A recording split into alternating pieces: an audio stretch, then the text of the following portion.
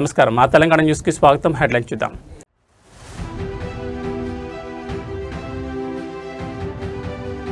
జగిత్యాలకు బయలుదేరిన కేటీఆర్ కాసేపట్లో జీవన్ రెడ్డితో భేటీ.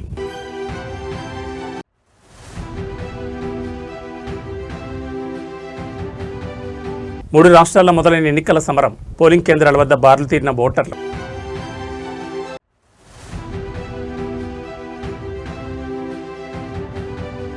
జనసేనలో మరో వివాదం. వీరవాసరం జడ్పీటీసీపై మహిళా బాధితురాలు సంచలన ఆరోపణలు.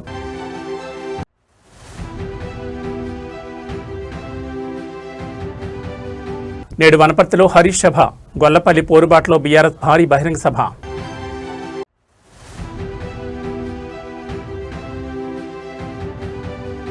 ఒక్క తప్పు చేసినా యుద్ధం మొదలై ఇరాన్కు ట్రంప్ మాస్ వార్నింగ్. ఇక డీటెయిల్స్ చూస్తే తెలంగాణ రాజకీయాల్లో మరో కీలక పరిణామం చోటు చేసుకుంది. బీఆర్ఎస్ వర్కింగ్ ప్రెసిడెంట్ మాజీ మంత్రి కేటీఆర్ నేడు జగిత్యాల జిల్లాలో పర్యటిస్తున్నారు. కాంగ్రెస్ పార్టీకి రాజీనామా చేసిన సీనియర్ నాయకుడు మాజీ మంత్రి జీవన్ రెడ్డిని ఆయన నివాసంలో కలవడానికి కేటీఆర్ హైదరాబాద్ నుంచి జగిత్యాలకు బయలుదేరారు. కేటీఆర్ రాకను పురస్కరించుకుని జగిత్యాల నియోజకవర్గ బీఆర్ఎస్ శ్రేణులు భారీ ఏర్పాట్లు చేశాయి. జగిత్యాల శివార్లో పార్టీ నాయకులు కార్యకర్తలు ఆయనకు ఘనస్వాగతం పాల్గొన్నారు. అక్కడి నుంచి వందలాది బైకులతో భారీ ర్యాలీగా కేటీఆర్ను జీవన్ రెడ్డి నివాసానికి తీసుకెళ్లేందుకు కార్యకర్తలు సిద్ధమయ్యారు.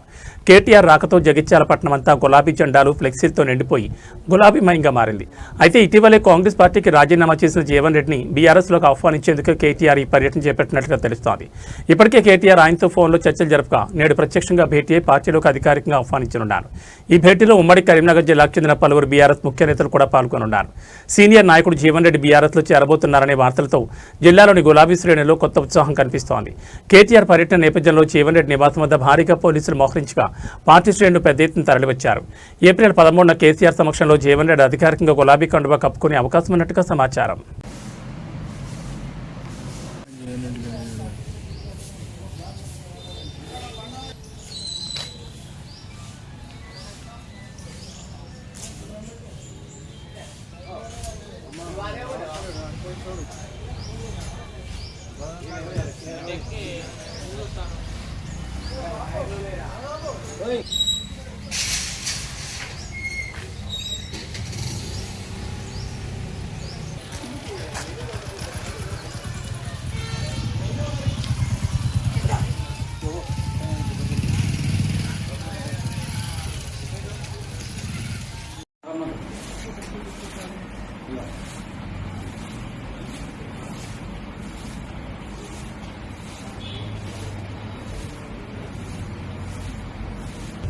కానీ మన కేసీఆర్ గారు వస్తున్న మనకు ఫార్ములా మనం ఇన్వైట్ చేయడానికి పార్టీ కర్ణాటకం తీసుకున్నాం.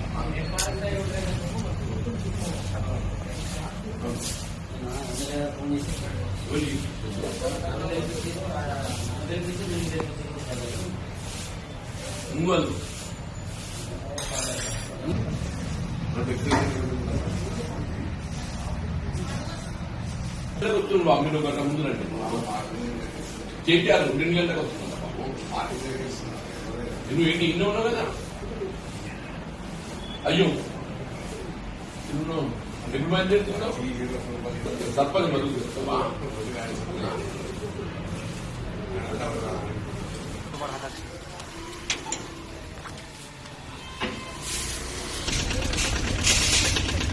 అస్సాం, కేరళ, పుదుచ్చేరిలో సరిగ్గా ఉదయం 7 గంటలకు అసెంబ్లీ ఎన్నికల పోలింగ్ అత్యంత కట్టుదిట్టమైన భద్రత మధ్య ప్రారంభమైంది.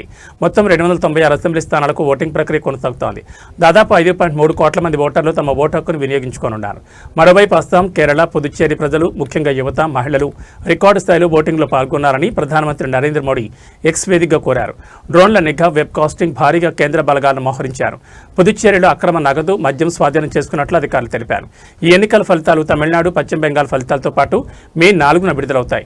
అస్సాంలో బీజేపీ నేతృత్వంలోని ఎన్డీఏ వరుసగా 3వ విజయం సాధించాలని చూస్తుండగా గౌరవ్ గొగోయ్ నేతృత్వంలోని కాంగ్రెస్ కూటమి గట్టి పోటీనిస్తోంది.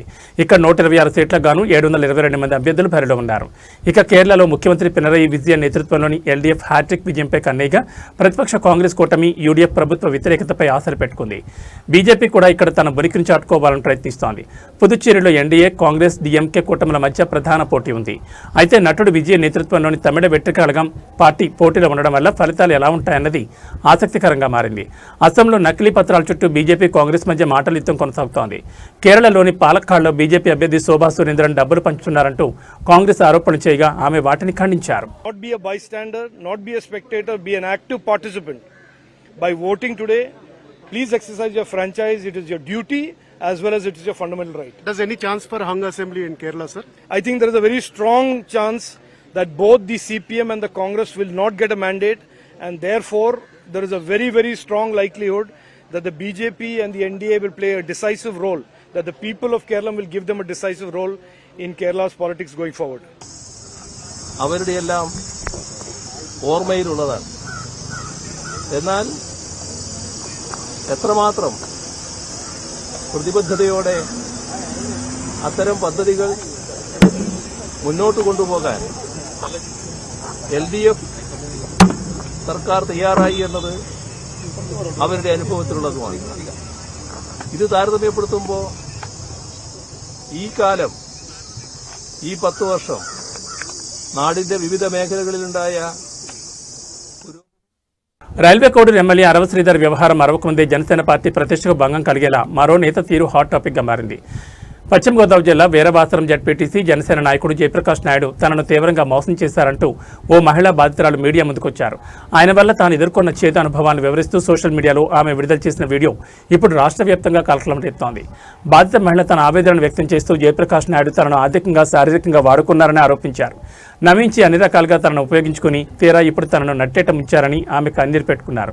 కేవలం తన అవసరాల కోసమే తనను వినియోగించుకున్నారని ఆమె తీవ్రంగా ఆక్షేపించారు. జడ్పీటీసీ జయప్రకాష్ నాయుడు తనను ఆర్థికంగా చిన్నాభిన్నం చేయడమే కాకుండా ప్రస్తుతం శారీరకంగా మానసికంగా తీవ్ర ఇబ్బందులు గురిచేస్తున్నాడని బాధితురాలు వాపోయింది. తనను వేధిస్తున్నారని, తనకు న్యాయం చేయాలని ఆమె కోరుతున్నారు. వీడియోలో ఆమె కన్నీరు మున్నీరుగా విలపిస్తున్న దృశ్యాలు స్థానికంగా చర్చనీయాంశమయ్యాయి. జనసేన పార్టీలో కీలకంగా ఉన్న ఓ ప్రజాప్రతినిధిపై ఇలాంటి తీవ్రమైన ఆరోపణలు రావడం పశ్చిమ గోదావరి జిల్లా రాజకీయాల్లో కాక పుట్టిస్తోంది. బాధితురాలు మీడియా ముందుకు వచ్చిన తరుణంలో ఈ వ్యవహారంపై పార్టీ అధినాయకత్వం ఎలా స్పందిస్తుందనేది ఆసక్తికరంగా మారింది. ప్రస్తుతం బాధిత మహిళ వీడియో సోషల్ మీడియాలో తెగ వైరల్ అవుతోంది. నా పేరు మద్దాల విజయలక్ష్మి అండి. నేను దేవరం గుంటూరు శివాలయంలో ఉంటాను. నాకు పవన్ కళ్యాణ్ గారు పార్టీ మీద ఆయన చాలా అభిమానం ఉంది. ఆయన ప్రతి దాంట్లో నేను పాల్గొనేదాన్ని. ఇంకా జనసేన ఆఫీసు దేవాలయంలో ఉందని తెలిసి ప్రతి కార్యక్రమానికి నేను వెళ్ళేదానండి.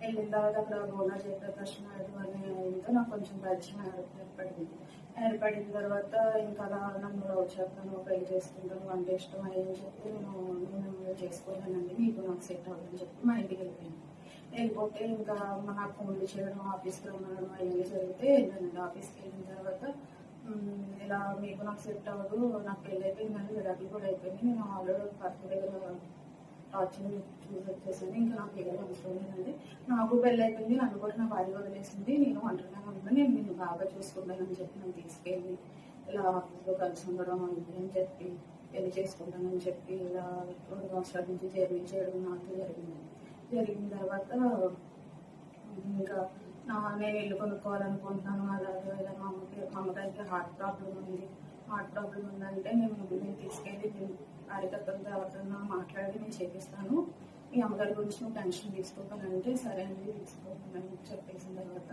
ఇంకా ఇల్లు కొనుక్కుందాం అనుకుంటున్నాను, నీ దగ్గర డబ్బులు ఎంత ఉన్నాయని నన్ను అడిగితే నేను నా దగ్గర 10 లక్షలు ఉన్నాయి, బంగారం కూడా ఉన్నదని చెప్పిన తర్వాత బంగారం అయ్యి 10 లక్షలు తీసుకొచ్చి నాకు ఇప్పి నాకు కొంచెం పర్సనల్ ఉంది, అది తీసుకున్న తర్వాత లోన్ వస్తుంది, నాకు లోన్ వచ్చిన తర్వాత నేనే ఇల్లు కొంటాను, నీకు పెళ్లి చేసుకుంటాం కదా అని చెప్తే నేను తీసుకెళ్ళి అన్ని హ్యాండ్ క్యాష్ బంగారం హ్యాండే ఇచ్చాను.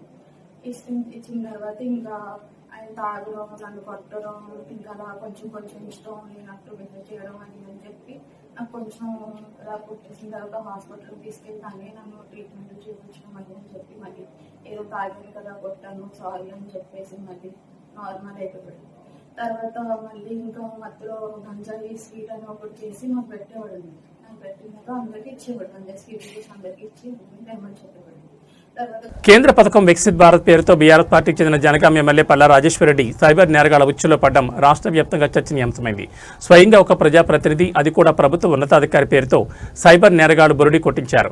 జనగాం ఎమ్మెల్యే పల్లా రాజేశ్వరరెడ్డికి ఒక గుర్తు తెలియని వ్యక్తి ఫోన్ చేసి తనను తాను Telangana finance department additional secretary అనంతరామరెడ్డిగా పరిచయం చేసుకున్నాడు. ప్రభుత్వ యంత్రాంగంలో కీలక పదవిలో ఉన్న వ్యక్తిగా నమ్మించడంతో ఎమ్మెల్యే సదరు వ్యక్తి మాటలు విశ్వసించారు. కేంద్ర ప్రభుత్వానికి చెందిన వికసిత్ భారత్ పథకం కింద ఒక్కొక్కరికి 10 లక్షల వరకు రుణాలు ఇస్తామని నిందితులు నమ్మించాడు. నియోజకవర్గంలో 40 మంది అర్హులైన లబ్ధిదారుల జాబితాను పంపాలని, దరఖాస్తుకి ఈ రోజే చివరి రోజని ఎమ్మెల్యేపై ఒత్తిడి పెంచాడు. ఒక్కో దరఖాస్తు ప్రాసెసింగ్ ఫీజు కింద 2,500 చొప్పున మొత్తం 40 మందికి కలిపి 1,00,000 తక్షణమే ఫోన్పే చేయాలని కోరాడు. ప్రజలకు మేలు జరుగుతుందనే ఉద్దేశంతో ఎమ్మెల్యే గంట వ్యవధిలోనే ఆ ₹1,00,000 నిందితులు చెప్పిన నెంబర్కు బదిలీ చేశారు. డబ్బులు పంపిన తర్వాత సదరు వ్యక్తి నుంచి ఎలాంటి స్పందన రాలేదు. దీంతో అనుమానం వచ్చి ఆరాతీగా అది నకిలీ కాల్ అని తెలియడంతో ఎమ్మెల్యే జూబ్లీహిల్స్ పోలీసులను ఆశ్రయించారు. ఫిర్యాదు మేరకు పోలీసులు సైబర్ నిందితులపై పలు సెక్షన్ల కింద కేసు నమోదు చేసుకుని దర్యాప్తు చేపట్టారు. ఉన్నతాధికారుల పేర్లతో ఫోన్ కాల్స్ వచ్చినప్పుడు వెంటనే నగదు బదిలీ చేయకుండా సంబంధిత శాఖల ద్వారా క్రాస్ చెక్ చేసుకోవాలని పోలీసులు సూచించారు. ఏ ప్రభుత్వ పథకానికి కూడా వ్యక్తిగత ఫోన్పే నెంబర్లకు డబ్బులు పంపాలని అధికారులు కోరరని అన్నారు. చెల్లింపులు ఎప్పుడు అధికారిక పోర్టల్స్ లేదా చలానాల ద్వారానే జరుగుతాయని తెలిపారు. ఇలాంటి అనుమానాస్పద కాల్స్ వస్తే వెంటనే 1930 నెంబర్ కాల్ చేసి సైబర్ క్రైమ్ పోలీసులకు ఫిర్యాదు చేయాలని సూచించారు. కొంతమంది రాజకీయంగా కేసీఆర్ గారు పెట్టిన భిక్షతో ఎన్నికైన వాళ్ళు పిచ్చి కూతలు కారు కూతలు కూస్తున్నారు. స్టేషన్ గన్పూర్ నియోజకవర్గం జనగాం నియోజకవర్గం జనగాం జిల్లాలో ఉన్నది. జనగామ జిల్లా మొదటి నుంచి కూడా ఉద్యమాలకు ఊతంగా ఉన్నది. ఉద్యమాల్లో పాల్గొన్న వాళ్ళని ఎక్కువగా గెలిపించింది. దురదృష్టవశాత్తు నమ్మబలికి కేసీఆర్ పక్కన బీఆర్ఎస్ పక్కన చేరితే కడియం శ్రీహరిని ఆ నాయకులు ప్రజలు కలిపి గెలిపించింది. ఇవాళ ఊసరవెల్లి సిగ్గుపడేటట్లు రాజకీయం అధికారం ఎటుంటే అటువైపే పొద్దుతిరుగుడు పువ్వులా తిరుగుతూ ఉంటాడు. ఆ పొద్దుతిరుగుడు పువ్వు ఆ ఊసరవెల్లి నిన్న కేసీఆర్ గారి మీద, కేసీఆర్ గారి కుటుంబం మీద, కేటీఆర్ గారి మీద, కవిత గారి మీద ఇష్టం వచ్చినట్లు అవాకులు చివాకులు వెళ్ళిండ్రు. నీకు సిగ్గు శరం ఉంటే ఏ ప్రజలైతే, ఏ గులాబీ జెండా అయితే, ఏ యొక్క కేసీఆర్ నాయకత్వంలో నువ్వు గెలిచినవో రాజీనామా చేసి మాట్లాడు. నీవు ఎమ్మెల్యేగా ఉండే కంటే ముందు ఎమ్మెల్సీగా 2 సార్లు అవకాశం ఇచ్చింది కేసీఆరే కదా. నీ బిడ్డకు ఎంపీ టికెట్ ఇస్తే పైసలతో సహా తీసుకుపోయి ఇలా మోసం చేసింది నువ్వే కదా. నీకు డిప్యూటీ సీఎం ఇస్తే మొత్తం కూడా నీ యొక్క కుటుంబాన్ని పెంచి పోషించుకున్నావు తప్ప నీతులు చెప్తూ గోతుల్లో వినవు. నీలాంటి వాళ్లకు ఎన్నిక బరాబరిగా వస్తుంది. ప్రజలు నిన్ను ఏ విధంగా మోసం చేసినావో అంత లోపు పాత్ర పెట్టడం కూడా ఖాయం. ఇవాళ కేసీఆర్ గారు పక్కన ఉన్న 11 సంవత్సరాలు కేసీఆర్ అంతా ఇంత అని చెప్పేసి రోజు పొగుడుడే, కేటీఆర్ గారిని పొగుడుడే, అందరి వెంటబడి పొగిడి నియోజకవర్గానికి ఏమాత్రం పని చేయకుండా వస్తున్న పనులు కూడా అడ్డుకొని కనీసం 40 ఏళ్ల రాజకీయం అంటే ఒక్క డిగ్రీ కాలేజ్ తెచ్చిన మొహమా నీదని అడుగుతున్నాం. మేము తీసుకొచ్చినాం కన్పూర్కి డిగ్రీ కాలేజ్, మేము తీసుకొచ్చినాం రిజర్వాయర్లు, మేము తీసుకొచ్చినాం. వనపర్తి నియోజకవర్గంలోని రేవల్లి మండలంలో ఉద్రిక్తత నెలకొంది. గొల్లపల్లి రిజర్వాయర్ నిర్మాణానికి వ్యతిరేకంగా గత 100 రోజులుగా రైతులు చేస్తున్న నిరాహార దీక్షలకు మద్దతుగా మాజీ మంత్రి బీఆర్ఎస్ నేత తన్నీర్ హరీష్ రావు నేడు వనపర్తిలో భారీ బహిరంగ సభ నిర్వహించనున్నారు.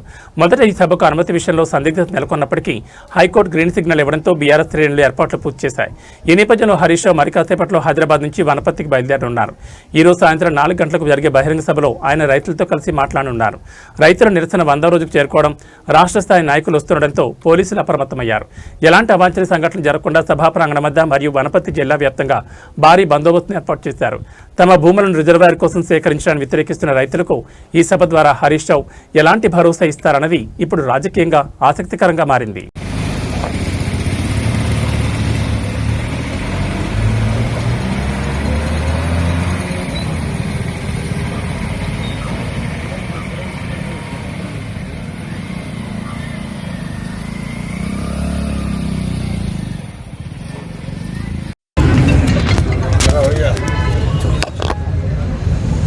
మిత్రులందరికీ నమస్కారం. ఈరోజు దొడ్డి కొమరయ్య గారి జయంతి సందర్భంగా మరి మా మహబూబ్ నగర్ కుర్మల ఆధ్వర్యంలో ఈ జయంతి ఉత్సవాల్లో పాల్గొనడం చాలా సంతోషంగా ఉంది. రాష్ట్ర వ్యాప్తంగా కుర్మ ప్రజలకు, రాష్ట్ర ప్రజలందరికీ కూడా దొడ్డి కొమరయ్య గారి జయంతి సందర్భంగా శుభాకాంక్షలు తెలియజేస్తా ఉన్నాను. ముఖ్యంగా దొడ్డి కొమరయ్య గారి జయంతి వర్ధంతిని అధికారికంగా జరిపినటువంటి ఘనత కేసీఆర్ గారిది, బీఆర్ఎస్ ప్రభుత్వానికి. ఉమ్మడి రాష్ట్రంలో ఆనాటి పాలకులు ఎవరు కూడా పట్టించుకోలేదు. ఆనాడు మా తలసాని శ్రీనివాస్ యాదవ్ గారు, మా శ్రీనివాస్ గౌడ్ అన్న గారు ఆనాడు కేసీఆర్ గారితో మాట్లాడి దొడ్డి కొమరయ్య జయంతిని, వర్ధంతిని అధికారికంగా జరపాలని చెప్పి మరి నిర్ణయం తీసుకున్నటువంటి ప్రభుత్వం ఆనాటి బీఆర్ఎస్ ప్రభుత్వం. మరి అదేవిధంగా ఆనాడు దొడ్డి కొమరయ్య గారు భూమి కోసం, భుక్తి కోసం మరి పేదల పక్షాన పోరాడి ప్రాణత్యాగం చేసినటువంటి వ్యక్తి. ఆయన పేదల కోసం పోరాడిండు, వీరోచితంగా పోరాడి చరిత్ర పుటల్లో నిలిచిపోయినాడు. ఉమ్మడి వరంగల్ జిల్లాలోని మరి జనగామ ప్రాంతంలో పెద్ద పోరాటానికి శ్రీకారం చుట్టినటువంటి వ్యక్తి దొడ్డి కొమరయ్య గారు. ఆయన ఎప్పుడు మరి పోరాటానికి, త్యాగానికి ప్రతీకగా మరి దొడ్డి కొమరయ్య గారు చరిత్ర పుటల్లో నిలిచిపోయినటువంటి వ్యక్తి. మరి ఈనాడు కాంగ్రెస్ పార్టీ అధికారంలోకి వచ్చిన తర్వాత బీసీలను, ముఖ్యంగా మా గొల్ల కుర్మలను చిన్నచూపు చూస్తూ ఉంది. మాటలేమో చాలా చెప్పారు. మేము అధికారంలోకి వస్తే 100 రోజుల్లోనే 2వ విడత గొర్రెల పంపిణీ చేస్తాము, నగదు బదిలీ చేస్తాము, బ్యాంకులో 2 లక్షల రూపాయలు మీకే వేస్తాము అని చెప్పిండ్రు. మరి 100 రోజులు కాదు, 900 రోజులైనా కూడా ఒక్కలకు గొర్రె పిల్లలు ఇచ్చింది లేదు, బ్యాంకులో డబ్బులు వేసింది లేదు, ఇచ్చిన మాట నిలుపుకున్నది లేదు. ఇంకా బాధ కలిగేది ఏంటంటే 2.5 ఏళ్ళైంది కాంగ్రెస్ గవర్నమెంట్ వచ్చి. గొల్ల కుర్మల సహకార కార్పొరేషన్ ఒకటి ఏర్పాటు చేసినారు. బడ్జెట్లో 100 కోట్ల రూపాయలు పెట్టినారు. కానీ 2.5 ఏళ్లలో 100 పైసలు కూడా విడుదల చేయలేదు. పేరుకే 100 కోట్లు పెట్టినారు కానీ. రాష్ట్ర వ్యాప్తంగా సంచలనం సృష్టించిన మద్యం కుంభకోణం కేసులో నిందితుడిగా ఉన్న వైసీపీ ఎంపీ మిథున్ రెడ్డికి బోరట్ లభించింది. ఆయన బెయిల్ షరతులను విజయవాడ ఏసీబీ కోర్టు సడలిస్తూ కీలక ఆదేశాలు జారీ చేసింది. ప్రతి శుక్రవారం సిట్ కార్యాలయంలో హాజరై సంతకం చేయాలన్న నిబంధనను న్యాయస్థానం రద్దు చేసింది. మద్యం కుంభకోణం కేసులో A4గా ఉన్న మిథున్ రెడ్డికి గతంలో కోర్టు షరతులతో కూడిన బెయిల్ మంజూరు చేసింది. పాస్పోర్ట్ను సిట్ అధికారులకు అప్పగించాలని, ప్రతి వారం సిట్ కార్యాలయంలో సంతకం చేయాలని ఆదేశించింది. అయితే ఈ షరతులను సడలించాలని కోరుతూ మిథున్ రెడ్డి తరపు న్యాయవాదులు పిటిషన్ దాఖలు చేశారు. దీనిపై బుధవారం వాదనలు ముగియడంతో ఏసీబీ కోర్టు న్యాయాధికారి పి భాస్కరరావు తీర్పును వెలువరించారు. ప్రతి వారం సంతకం చేయాల్సిన అవసరం లేదని స్పష్టం చేసిన న్యాయమూర్తి పాస్పోర్ట్ను తిరిగి పొందేందుకు వెసులుబాటు కల్పించారు. 1 లక్ష డిపాజిట్ చేసి సిట్ అధికారుల వద్ద ఉన్న తన పాస్పోర్ట్ను తిరిగి తీసుకోవచ్చని తన తీర్పులో పేర్కొన్నారు. ఈ తాజా ఆదేశాలతో మిథున్ రెడ్డికి బెయిల్ నిబంధనల విషయంలో ఉపశమనం లభించినట్లయింది. మదనపల్లి పట్టణంలో ఒక అన్యం పుణ్యం తెలియని 7 ఏళ్ల చిన్న అమ్మాయి పైన రేప్ చేసి అతి దారుణంగా చంపేయబడింది. ఇది చాలా ఘోరమైన విషయము. పోలీసులు కానీ, అధికార పార్టీ నాయకులు కానీ గంజాయి మత్తులో మద్యం సేవించి చేశారని చెప్పి చెప్తారు. మరి ఈ గంజాయి విక్రయాలను అరికట్టకుండా మీరు ఏం చేశారు? ఈరోజు ఈ విచ్చలవిడి మద్యం అమ్ముతూ ఉంటే మీరు ఏం చేశారని చెప్పి కూడా నేను ఈరోజు ప్రభుత్వాన్ని నిలదీస్తూ ఉన్నాను. ఈరోజు రాష్ట్ర వ్యాప్తంగా, అన్నమయ్య జిల్లానే కాదు రాష్ట్ర వ్యాప్తంగా ఈరోజు డ్రగ్స్ అనేది పెద్ద సమస్య. ఈరోజు డ్రగ్స్ వలన ఎన్నో రకాల ఇన్సిడెంట్లు జరుగుతూ ఉన్నాయి. కఠినమైన చర్యలు తీసుకోవాలని చెప్పి కూడా మేము కోరుతూ ఉన్నాము. ఈరోజు ఇక్కడ కొంతమంది మీడియా మిత్రులు కూడా చెప్పడం జరిగింది, అధికార పార్టీ నాయకులు ఉన్నారని చెప్పి కొంతమందిని చూసి చూడనట్టు వదిలేస్తూ ఉన్నారు, గంజాయి విక్రయాలు విచ్చలవిడిగా జరుగుతూ ఉన్నాయని చెప్పి కఠినమైన చర్యలు తీసుకోవాలని చెప్పి కోరుతున్నాను. ఈ డ్రగ్స్ కానీ ఇలాంటి ఘోరాలు జరిగినప్పుడు ఇవి రాజకీయాలకు అతీతము, ఎవరున్నా కూడా వాటిపైన కఠిన చర్యలు తీసుకోవాలని చెప్పి మేము కోరుతూ ఉన్నాం. అదేవిధంగా ఒక ఘోరమైన ఇన్సిడెంట్ జరిగినప్పుడు పబ్లిక్ అందరూ కూడా పార్టీలకు అతీతంగా, ఇటు వైఎస్ఆర్ కాంగ్రెస్ పార్టీ కానీ, బీఎస్పీ కానీ, కమ్యూనిస్ట్ కానీ చాలామంది అధికార పార్టీ వాళ్ళు కూడా ప్రొటెస్ట్ చేయడం జరిగింది. ప్రొటెస్ట్ అనేది ఒక డెమోక్రటిక్ ప్రాసెస్లో భాగం. వాళ్ళ నిరసన తెలియజేసేది ప్రతి ఒక్కరి హక్కు. అది అన్యాయం జరిగినప్పుడు ఖచ్చితంగా ప్రజలు ప్రశ్నిస్తారు. దానిపైన కేసులు పెట్టడం దారుణం అని చెప్పి కూడా నేను పోలీస్ డిపార్ట్మెంట్ తెలియజేస్తా ఉన్నాను. ఈ కేసులన్నీ కూడా ఈ రాజకీయాలకు సంబంధం లేదు, ఇవన్నీ కూడా ఉపసంహరించాలని చెప్పి కూడా నేను కోరుతా ఉన్నాను. మీరు కేసులు పెట్టాల్సింది గంజాయి అమ్మే వాళ్ళ గురించి, గంజాయి అమ్మే వాళ్ళపైన, డ్రగ్స్ అమ్మే వాళ్ళపైన, విచ్చలవిడిగా మద్యం అమ్మే వాళ్ళపైన మీరు కేసులు పెట్టాలని చెప్పి కూడా నేను డిమాండ్ చేస్తా ఉన్నాను. ఈరోజు సంగారెడ్డి జిల్లా కంక్టి రాసోల్ గ్రామంలో అమానుష ఘటన చోటు చేసుకుంది. అంగన్వాడీ టీచర్ వసంతకుమార్ని ఇడ్చుకెళ్లి చెట్టు కట్టేసి కొట్టారు గ్రామస్తులు. జుట్టు కత్తిరించి గాడిదపై ఊరేగిస్తామని బెదిరింపులకు పాల్పడ్డారు. వద్దని ప్రాధేయపడ్డా కూడా కనికరించకుండా గ్రామస్తులు దారుణంగా వ్యవహరించారు. గంటకు పైగా అంగన్వాడీ టీచర్ను చిత్రహింసలు గురిచేసినట్టు తెలిపారు. దీనికి గల కారణం అంగన్వాడీ టీచర్ భర్త ఇన్సూరెన్స్ డబ్బులను గ్రామస్తుల నుంచి వసూలు చేసి తిరిగి ఇవ్వలేదని ఆరోపిస్తున్నారు. భర్తపై ఉన్న కోపంతో సంబంధం లేని మహిళపై విచక్షణారహితంగా దాడికి పాల్పడ్డారు గ్రామస్తులు. ఈ ఘటనపై బాధితురాలు పోలీసులకు ఫిర్యాదు చేయడంతో 5గురిపై కేసు నమోదు చేసినట్లు పోలీసులు తెలిపారు.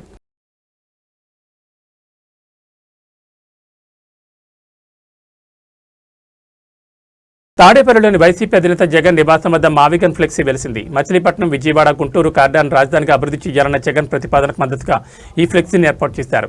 ఈ ఫ్లెక్సీపై ఆసక్తికర నినాదాలను పొందుపరిచారు. ముఖ్యంగా జగన్ 2.0 మావిగన్ 2029 అనే నినాదం ద్వారా వచ్చే ఎన్నికల నాటికి మావిగన్ ప్రతిపాదనను పార్టీ ప్రధాన ఎజెండాగా తీసుకెళ్లబోతున్నట్లు సంకేతాలు ఇచ్చారు. యువతకు ఆదర్శం, సమాజానికి అండా మావిగన్ అంటూ హైలైట్ చేశారు. ఒక పార్టీ, ఒక జెండా, ఒక అజెండా అని రాసి ఉండడం ద్వారా రాజధాని విషయంలో వైసీపీ కేడర్ అంతా ఒకే మాటపై ఉందనే సందేశాన్ని పంపారు. రాజధాని అమరావతిపై కూటమి ప్రభుత్వం దృష్టి పెట్టిన తరుణంలో జగన్ నివాసం వద్ద ఈ ఫ్లెక్సీని ఏర్పాటు చేయడం ద్వారా అమరావతికి వైసీపీ పూర్తి వ్యతిరేకమనే సందేశాన్ని ప్రజల్లోకి బలంగా తీసుకెళ్లే ప్రయత్నం చేస్తున్నారు.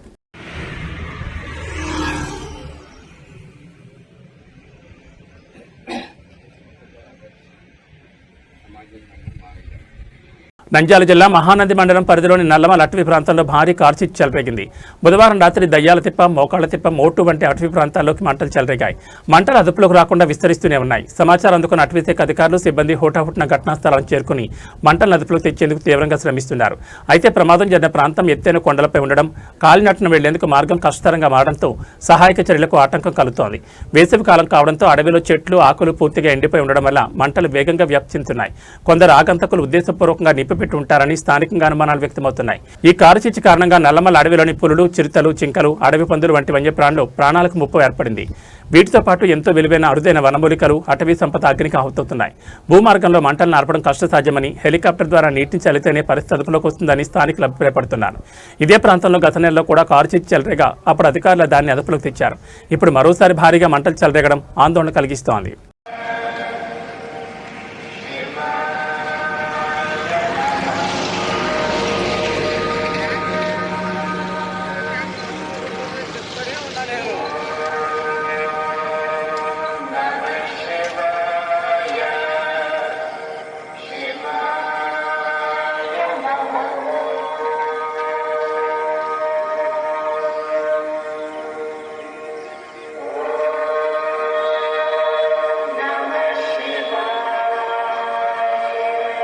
మేడ్చల్ జిల్లాలో భారీ అగ్ని ప్రమాదం సంభవించి స్థానికులను భయాందోళన గురిచేసింది. స్క్రాప్ గోదాంలో చెలరేగిన మంటలు సమీప ప్రాంతాలకు వ్యాపించడంతో పరిస్థితి ఉద్రిక్తంగా మారింది. దుండిగల్ పరిధిలోని బహదూర్పల్లి గ్రీన్ హిల్స్ ఖాళీలో ఉన్న డెకరేషన్ స్క్రాప్ గోదాంలో అకస్మాత్తుగా మంటలు చెలరేగాయి. మంటలు వేగంగా వ్యాపించడంతో పక్కనే ఉన్న అపార్ట్మెంట్లో పార్క్ చేసిన వాహనాలకు కూడా మంటలు అంటుకున్నాయి. ఈ అగ్ని ప్రమాదంతో కాలనీ మొత్తం దట్టమైన పొగతో కమ్ముకుపోయింది. ఎగసిపడుతున్న మంటలు, పొగ కారణంగా స్థానికులు భయాందోళనకు గురయ్యారు. సమాచారం అందుకున్న అగ్నిమాపక సిబ్బంది ఘటనా స్థలాన్ని చేరుకుని మంటలను అదుపు తెచ్చేందుకు ప్రయత్నిస్తున్నారు.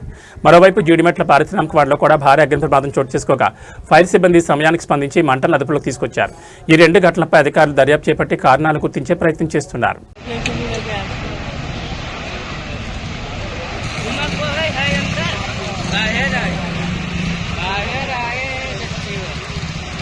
గ్యాస్ లీక్ అయింది.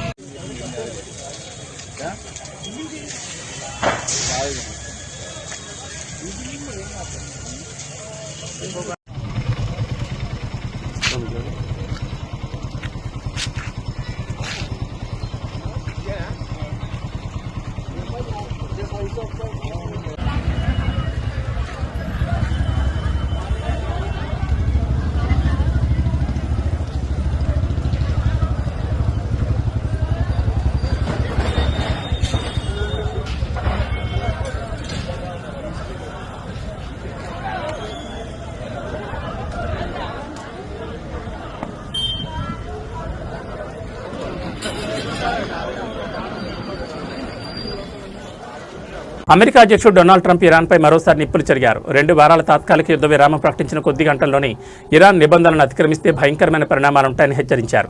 ఈ మేరకు ఆయన ట్రూత్ సోషల్లో అమెరికాకు చెందిన అన్ని నౌకలు, యుద్ధ విమానాలు, సైనిక బలగాలు అదనపు ఆయుధ సంపత్తో ఇరాన్ సరిహద్దుల్లోనే ఉంటాయి. హార్మోజ్ జలసంధిని తెరవకపోతే దాడులు తప్పవని అన్నారు. ఇప్పటికే బలహీనపడిన శత్రువును పూర్తిగా తుడిచిపెట్టడానికి అవసరమైన ప్రతిదీ మా దగ్గర సిద్ధంగా ఉంది. మేము అనుకున్న నిజమైన ఒప్పందం పూర్తిగా అమలయ్యే వరకు మా సైన్యం వెనక్కి రాదని పోస్ట్ చేశారు. ఒకవేళ ఏ కారణం చేతైనా ఒప్పందాన్ని ఉల్లంఘిస్తే అప్పుడు మళ్లీ అసలైన షూటింగ్ మొదలవుతుందని ట్రంప్ అన్నారు. అది ఇరాన్ ఇప్పటివరకు చూడని విధంగా అత్యంత శక్తివంతంగా భారీగా ఉంటుందని వార్నింగ్ ఇచ్చారు. ఇరాన్ దగ్గర అణు ఆయుధాలు ఉండకూడదని, అలాగే హోర్మోజ్ జలసంధిని ఖచ్చితంగా అందరి కోసం తెరిచి ఉంచాలని ట్రంప్ అన్నారు. ప్రస్తుతానికి మా గొప్ప సైన్యం ఆయుధాలు నింపుకుంటూ విశ్రాంతి తీసుకుంటుందని తెలిపారు. నిజానికి తమ సైన్యం నెక్స్ట్ విజయం కోసం ఎంతో ఆసక్తిగా ఎదురుచూస్తోందని డొనాల్డ్ ట్రంప్ సెటైర్లు వేశారు.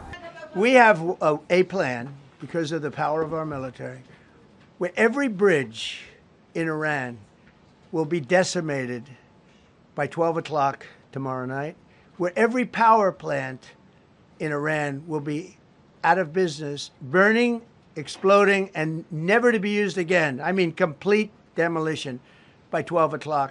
And it'll happen over a period of 4 hours if we wanted to. We don't want that to happen. We may even get involved with helping them rebuild their nation. And you know what? If that's the case, the last thing we want to do is start with power plants, which are among the most expensive thing, and bridges. You saw the bridge. The bridge went. We were very close to a deal.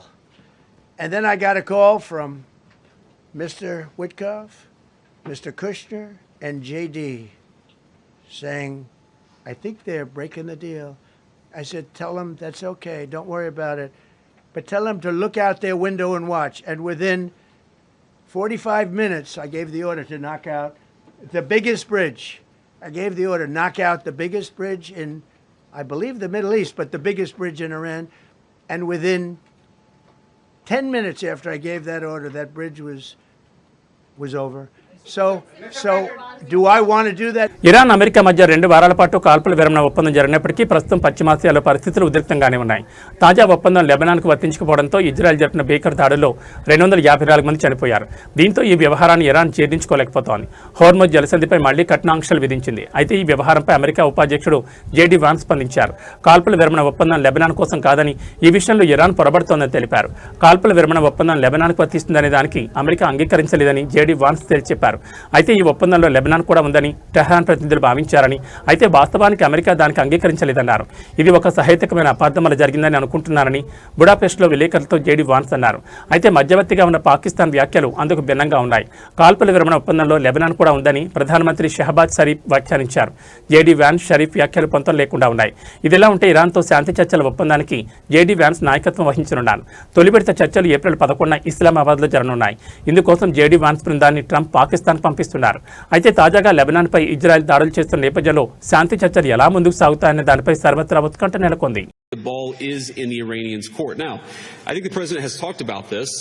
One thing I will say is that the Iranians they were not the fastest negotiators before the war started, and they are certainly not the fastest negotiators now. So we recognize there's some delay sometimes in transmitting messages from one person to another, but we feel confident that we can get a response, whether it's positive or negative. We're going to get a response from the Iranians by 8 o'clock tonight. I hope they make the right response, because what we really want is we want a world where oil and gas is flowing freely, where people can afford to heat their homes and cool their homes, where people can afford to transport themselves to work. ప్రాచ్యంలో ఉద్రిక్తతలు మరోసారి భగ్గుమన్నాయి. Pakistan మధ్యవర్తిత్వంతో America, Iran మధ్య 2 వారాల కాల్పుల విరమణ ఒప్పందం కుదిరిన కొన్ని గంటల్లోని Israel లెబనాన్పై భీకర వైమానిక దాడులకు దిగింది. ఈ దాడుల్లో 250 మందికి పైగా మరణించగా 1100 మందికి పైగా గాయపడ్డారు. ఈ పరిణామంతో కాల్పుల విరమణ ఒప్పందం భవిష్యత్తుపై నీలినేళ్ల కమ్ముకున్నాయి. అమెరికా అధ్యక్షుడు డొనాల్డ్ ట్రంప్, ఇరాన్ విదేశాంగ మంత్రి అబ్బాస్ అరాక్చీ కాల్పుల విరమణను ప్రకటించారు. హార్మోజ్ జలసంధి ద్వారా నౌకలు రాకపోకలకు అనుమతించేందుకు ఇరాన్ అంగీకరించింది. అయితే ఈ ఒప్పందం ప్రకటించిన వెంటనే ఇజ్రాయెల్ లెబనాన్లోని బీరూట్, బెకాలోయ్ సహా హిజ్బుల్లా స్థావరాలు లక్ష్యంగా విరుచుకుపడింది. అమెరికాతో కుదిరిన ఒప్పందం తమకు హిజ్బుల్లాకు మధ్య జరుగుతున్న పోరాటానికి వర్తించదని ఇజ్రాయెల్ ప్రధాని బెంజమిన్ నెతన్యాహు స్పష్టం చేశారు. అధ్యక్షుడు ట్రంప్ కూడా లెబనాన్లో జరుగుతున్నది ఒక ప్రత్యేక ఘర్షణ అని వ్యాఖ్యానించారు. ఈ దాడులను ఐక్యరాజ్యసమితి తీవ్రంగా ఖండించింది.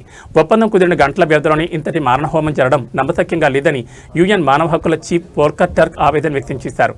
ఇజ్రాయెల్ దాడులకు ప్రతీకారంగా ఉత్తర ఇజ్రాయెల్పై రాకెట్లతో దాడి చేసినట్లు హిజ్బుల్లా ప్రకటించింది. ఇజ్రాయెల్, అమెరికా దురాక్రమణ ఆగే వరకు తమ ప్రతిదాడులు కొనసాగుతాయని హిజ్బుల్లా హెచ్చరించింది. ఈ పరిణామాల నేపథ్యంలో ఏప్రిల్ 10న ఇస్లామాబాద్లో జరగాల్సిన తదుపరి చర్చలు అత్యంత కీలకంగా మారాయి. కాల్పుల విరమణ వార్తతో $95 దిగువకు పడిపోయిన బ్రెంట్ క్రూడ్ ఆయిల్ ధర లెబనాన్ దాడులతో మళ్లీ $97కు పెరిగింది.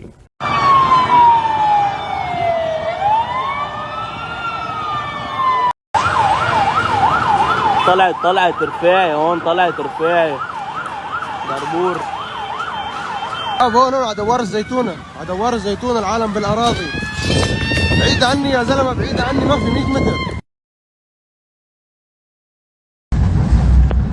هيدا هلا حزام ناري عجباه.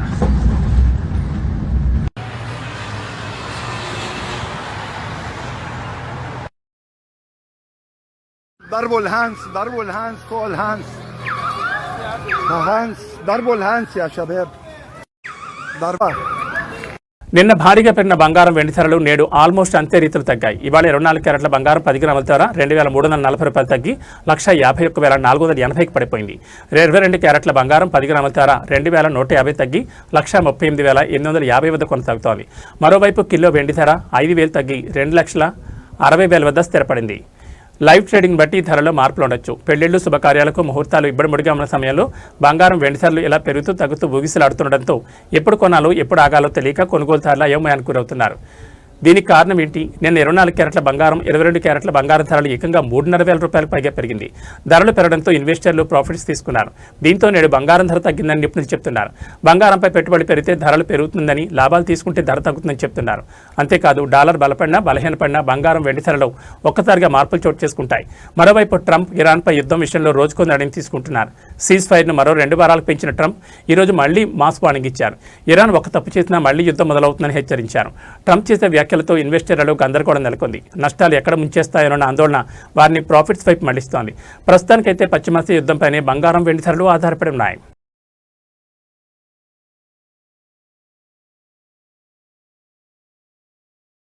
ఈ బులెటిన్ విశేషాలు. నమస్కారం.